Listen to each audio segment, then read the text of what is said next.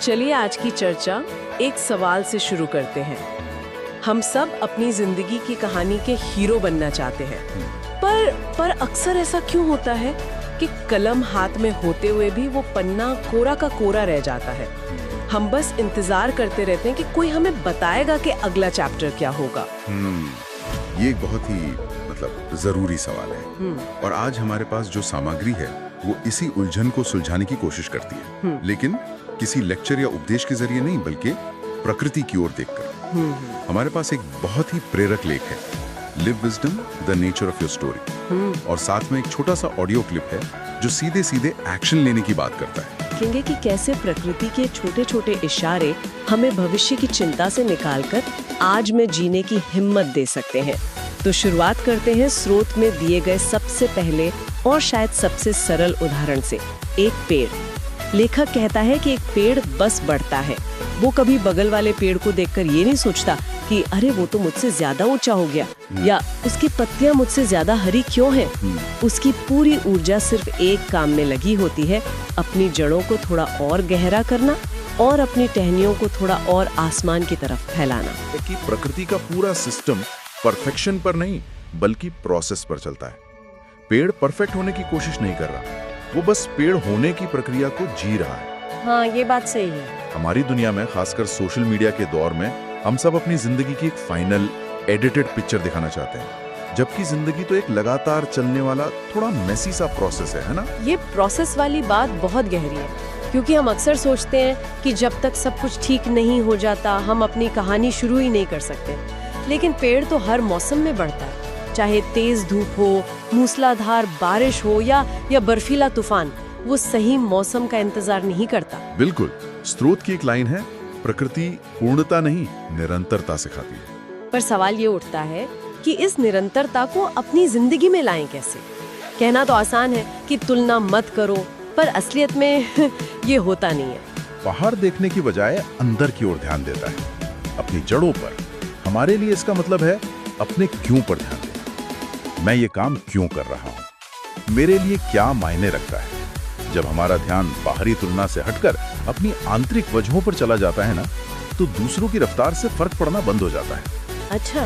मनोवैज्ञानिक भी यही कहते हैं कि जब हम बाहरी इनाम एक्सटर्नल वैलिडेशन के लिए काम करते हैं तो हम जल्दी थक जाते हैं, लेकिन जब हम अंदरूनी मकसद यानी इंटरनल पर्पस के लिए काम करते हैं तो ऊर्जा बनी रहती है। पेड़ का मकसद है बढ़ना और वो बस वही करता है। तो पेड़ हमें अपनी जगह रहकर बिना तुलना किए लगातार बढ़ने का सबक देता है, लेकिन जिंदगी सिर्फ एक जगह खड़े रहने का नाम तो नहीं है, ये तो एक सफर है। और यहीं पर स्रोत में जंगल के रास्ते और नदी का जिक्र बहुत दिलचस्प हो जाता है। जंगल में कोई सीधी सपाट हाईवे जैसी सड़क तो नहीं होती। बिल्कुल नहीं। हर कदम पर कोई पत्थर, कोई उलझी हुई जड़ या कोई अनजाना मोड़ होता है, फिर भी रास्ता बनता चला जाता है। और इसी से नदी की कहानी जुड़ जाती है। ये दोनों मिलकर एक बड़ी तस्वीर बनाते हैं। नदी कभी नहीं पूछती कि आगे क्या मिलेगा, समंदर कहाँ है या रास्ते में कौन सी चट्टान आएगी। वो बस बहना जानती है, उसका स्वभाव ही प्रवाह है। और जब कोई पत्थर या चट्टान उसका रास्ता रोकती है तो वो उसे लड़ती नहीं है, उसे तोड़ने में अपनी ऊर्जा बर्बाद नहीं करती। वो बस शांति से एक नया रास्ता बना लेती है, उसके बगल से या ऊपर से गुजर जाती है। ये सुनने में बहुत अच्छा और ज़ेन जैसा लगता है कि नदी की तरह बह जाओ, पर असल जिंदगी में हम नदी नहीं है। जब करियर में कोई बड़ी रुकावट आती है, मान लीजिए कोई बड़ी नाकामी, तो रास्ता बदल लेना हार मानने जैसा लग सकता है। क्या स्रोत इस फर्क पर कोई रोशनी डालता है कि अनुकूल बनने अडेप्टिंग और हार मानने में क्या अंतर है? बहुत जरूरी सवाल है ये, और इसका जवाब नदी के मकसद में है। नदी का अंतिम लक्ष्य उस एक चट्टान को तोड़ना नहीं है, उसका लक्ष्य है समंदर तक पहुंचना। रास्ता बदलना हार मानना तब होता जब वो बहना ही छोड़ देती। अच्छा, हाँ सही बात है। लेकिन वो तो अपने बड़े लक्ष्य की तरफ बढ़ती रहती है, बस रास्ता बदल लेती है। हमारे जीवन में भी जब कोई एक दरवाजा बंद होता है तो हमारा लक्ष्य उस दरवाजे को तोड़ना नहीं, बल्कि अपनी मंजिल तक पहुंचने के लिए दूसरा दरवाजा ढूंढना है। ये लचीलेपन रेजिलियंस की निशानी है, हार की नहीं। ये हमें सिखाता है कि अपनी योजनाओं से प्यार मत करो, अपने मकसद से करो। योजनाएं बदल सकती हैं, मकसद वही रहना चाहिए। वाह, जिंदगी का प्लान कोई लाइन बाय लाइन लिखे जाने वाली स्क्रिप्ट नहीं है, बल्कि स्टेप बाय स्टेप तय किया जाने वाला एक सफर है। और हर मोड़, हर पत्थर कहानी को और ज्यादा दिलचस्प बनाता है। अगर कहानी में कोई उतार चढ़ाव ही न हो तो वो कहानी ही क्या हुई। बिल्कुल, कोई भी महान कहानी एक सीधी रेखा में नहीं चलती। चुनौतियां ही कहानी को गहराई देती हैं। और नदी का उदाहरण हमें भविष्य की चिंता से भी आजाद करता है। नदी को नहीं पता कि 5 किलोमीटर आगे क्या है, और शायद हमें भी ये जानने की जरूरत नहीं है। हमें बस अगला कदम सही दिशा में उठाना है और बहते रहना है। तो हमारे पास ठहराव में विकास यानी पेड़ और बहाव में सफर यानी नदी, दोनों के सबक हैं। अब स्रोत पहाड़ों की बात करता है, जो इन दोनों का एक अजीब सा मेल है। वो स्थिर भी है और लगातार बदल भी रहे। लेखक कहता है कि पहाड़ हमेशा ताकतवर नहीं होते, पर हमेशा स्थिर होते हैं। मतलब उन पर मौसम की मार पड़ती है, बर्फ गिरती है, चट्टानें खिसकती हैं, पर वो अपनी जगह नहीं छोड़ते। ये स्थिरता और कठोरता, रिजिडिटी के बीच का फर्क समझाता है। हम अक्सर स्थिरता का मतलब कठोर हो जाना समझ लेते हैं, अपनी सोच में, अपने तरीकों में। लेकिन पहाड़ कठोर नहीं है, वो तो मौसम के साथ बदलता है। अपने ऊपर बर्फ की चादर ओढ़ लेता है, बारिश को सोख लेता है। हाँ, उसकी स्थिरता उसकी जमीन से जुड़े रहने में है, अपने केंद्र में टिके रहने में है। हमारे लिए इसका मतलब है कि बाहरी परिस्थितियां चाहे कितनी ही बदल जाएं, हमें अपने मूल्यों पर, अपने सिद्धांतों पर टिके रहना चाहिए। मतलब हमारा काम हर स्थिति को नियंत्रित करना नहीं है, बल्कि ये सुनिश्चित करना है कि हम उन स्थितियों में खुद को ना खो दें। ये तो आज की भागदौड़ भरी जिंदगी के लिए बहुत बड़ा सबक है, जहां हम हर चीज को कंट्रोल करना चाहते हैं। सही पकड़े। और इसी से जुड़ा है प्रकृति के नवीकरण का, रिन्यूअल का विचार। सूरज हर रोज एक ही जगह से उगता है, पर हर सूर्योदय नया लगता है।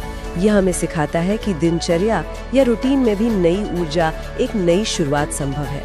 और गिरते हुए पत्ते वो हमें सिखाते हैं कि हर अंत एक नई शुरुआत का संकेत है। हाँ, हम खोने से बहुत डरते हैं, नौकरी खोना, रिश्ता खोना, अवसर खोना। बिल्कुल, लेकिन प्रकृति हमें बताती है कि पुराने पत्तों का गिरना जरूरी है, ताकि बसंत में नई कोंपलें आ सकें। मुझे लगता है कि ये जाने देना, लेटिंग गो, शायद सबसे मुश्किल सबक है।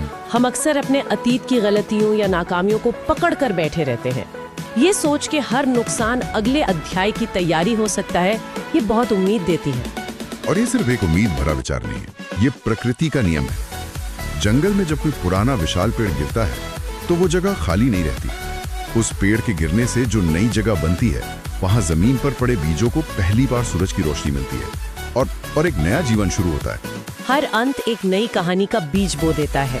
प्रकृति से मिले ये सारे सबक एक फिलोसॉफिकल फ्रेमवर्क तो देते हैं, एक नजरिया देते हैं, लेकिन इन्हें जिंदगी में उतारें कैसे? यहीं पर वो दूसरा स्रोत, वो ऑडियो क्लिप आकर जैसे हमें एक प्यार भरा थप्पड़ मारता है।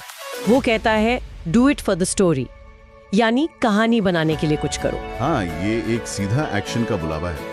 पहले स्रोत ने हमें एक मानसिकता दी और ये दूसरा स्रोत कहता है कि अब उस मानसिकता को एक्शन में बदलो। सोचने से कहानियां नहीं बनती, करने से बनती हैं। क्लिप में कहा गया है, वो नौकरी करो जो थोड़ा डराती है, उस यात्रा पर जाओ जो हमेशा टलती रहती है, उस इंसान से बात करो जिससे करने में झिझक होती है। इस बात पर मुझे एक सवाल आता है, क्या इसका मतलब ये है कि हमें बिना सोचे समझे जोखिम लेने चाहिए? Do it for the story कहीं लापरवाही को बढ़ावा तो नहीं देता? ये एक बहुत अच्छा पॉइंट है। मेरे ख्याल से इसका मतलब लापरवाही नहीं, बल्कि अपने डर को चुनना है।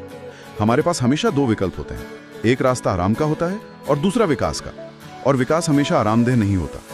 Do it for the story का मतलब है कि जब भी आप ऐसे किसी मोड़ पर खड़े हों तो उस रास्ते को चुनें जिससे आपकी कहानी ज्यादा समृद्ध होगी, ज्यादा दिलचस्प बनेगी। ये एक फिल्टर की तरह है अपने फैसले लेने के लिए। और क्लिप में एक बहुत गहरी बात कही गई है, क्योंकि कंफर्ट जोन की जिंदगी ना बस काटी जा सकती है दोस्त, जी नहीं जा सकती।